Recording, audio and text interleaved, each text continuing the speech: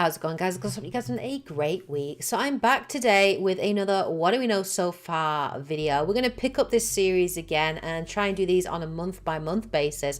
And today is our very first one of 2021. And today we are going to talk about The Medium. So here is everything that we know so far about The Medium. Let's kick off with the main facts. So The Medium is a psychological horror game developed by Bloober Team. That is a Polish studio, and they're behind games like Layers of Fear, Observer, and 2019's Blair Witch. The game is actually set for release on the 28th of January, so not far away. It's coming out this week, and it will be available on the PC, Xbox Series X, and Xbox Series S. So this is Microsoft's first next-gen title coming out, and it looks really interesting. If you are a big fan of horror games, then I'm sure this game is very much on your horizon. So what is the basic story premise of the game? So it's played in third person. The Medium is set in Krakow, Poland in the late 1990s. Gamers assume the role of Marianne, a medium who can travel into the spirit realm. After being haunted by visions, Marianne decides to investigate an abandoned hotel where a mysterious tragedy happened years ago.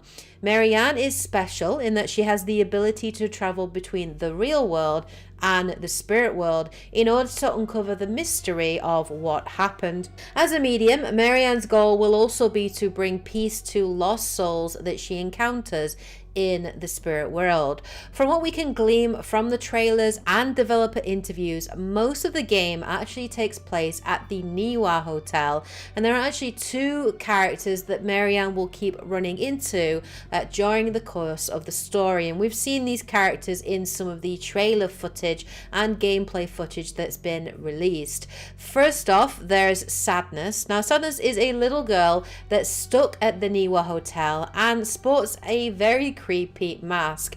Marianne will also have to deal with a second character called the Maw. This is an evil entity that is hunting her down and is a manifestation of Marianne's negative emotions and fears. The Maw is actually voice acted by Troy Baker, and it is an invulnerable entity that you are forced to face and to deal with throughout certain points in the main story. Because the Maw is invulnerable, you are forced to run and hide when it appears, as you cannot fight it head on. The Maw is an interesting enemy in that it can travel between both worlds, and it works a little differently in each. So in the real world, you can't actually see it, but you can use your medium senses to try and get a sense of where he is. The Maw is actually blind but has exceptional hearing, and so as Marianne, you will have to kind of choose to hold your breath and sneak around the level to try to escape the Maw. The development team have actually referenced Alien as an inspiration for the character and for this really creepy enemy. It looks really tense, really scary, and it's going to definitely be interesting to deal with him during the course of the game. So let's talk a little bit about the gameplay, because it is the gameplay that really is the main draw for me and why I am super interested in The Medium. Personally speaking, I am not a massive horror fan. I tend to steer away from horror, but it's the gameplay for this game that looks so interesting and has actually hooked me in, and that's why I definitely will be checking it out this month. So The Medium employs a unique dual reality gameplay mechanic. Players will actually be able to explore the real world and the spirit world at the same time. When playing in dual reality, the game will show Marianne in both the real world and spirit world, and you actually move throughout both worlds, exploring the differences between them and interacting with different objects in the world in order to solve puzzles and progress through the level. The worlds are connected, so some things that you do in the real world, for example, will affect the spirit world and vice versa. You can also use something called an out-of-body experience. Say, for example, you're stuck in the real world because something is blocking your path. You can actually use this out-of-body experience to explore the spirit world, to find clues or puzzles that may unlock your progression and unlock things in the real world. But you can actually use this mechanic continually, as you can only do it for a short period of time before it actually starts to affect your physical body and your spirit starts to fade from existence.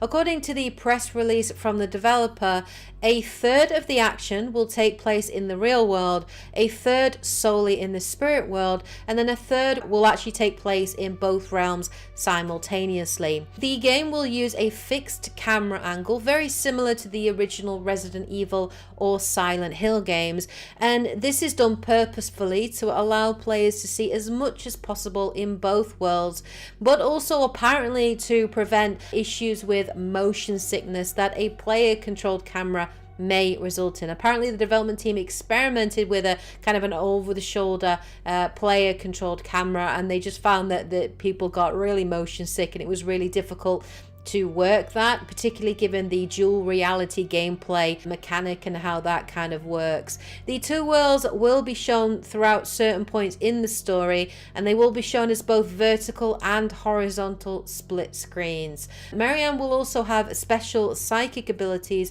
that she can only use in the spirit world, such as Spirit Blast and Spirit Shield, which can be used to attack spirits and also to interact with objects in the spirit world. These abilities again have limitations, and Marianne will have to recharge her abilities with the help of something called energy spots. Her heightened sense as a medium is only available in the real world, and that will allow Marianne to sense things other people wouldn't usually see. This gives her a vision that lets her see hidden objects. She can also scan objects and relive the echoes of their history in her head, very similar to Cal Kestis in Star Wars Jedi Fallen Order. During an interview with Bloober Team's Wojciech Pieczko and Jacek Zieba, I think I butchered that, they explained that most of the team that worked on the game were actually heavily inspired by the Silent Hill series, and the medium is kind of like their love letter to that franchise. The game's soundtrack, interestingly, also imitates the dual reality gameplay in that it is actually co-composed. Arkadiusz Reikowski, I think I butchered that too, handles the soundtrack for the real world, and the spine-tingling soundtrack of the spirit world is actually produced by legendary Silent Hill composer Akira Yamaoka. The fundamental theme of the game is dualism, so it's about seeing things from two perspectives. Now, Bloober Team are keeping very, very quiet about the story, not giving much away, but they are saying that what we've seen in the trailers is just scratching the surface, and that there will be a lot of depth, a lot of hidden elements and mysteries to the main story. The Medium for me is a game that I'm really interested in this year. It looks really, really cool. I love the art style and the aesthetic of it. And yeah, I'm super interested in that dual reality gameplay and how it's actually gonna work. So I'm gonna pick it up and play it. And I will be playing it on PC, probably going to live stream it for you guys as well, so you can check that out and obviously, you know, have fun watching me freak out. But there is everything that we know about the Medium so far. Let me know what your thoughts are on this game. Are you interested in the Medium? What are your thoughts on it? Will you be checking it out?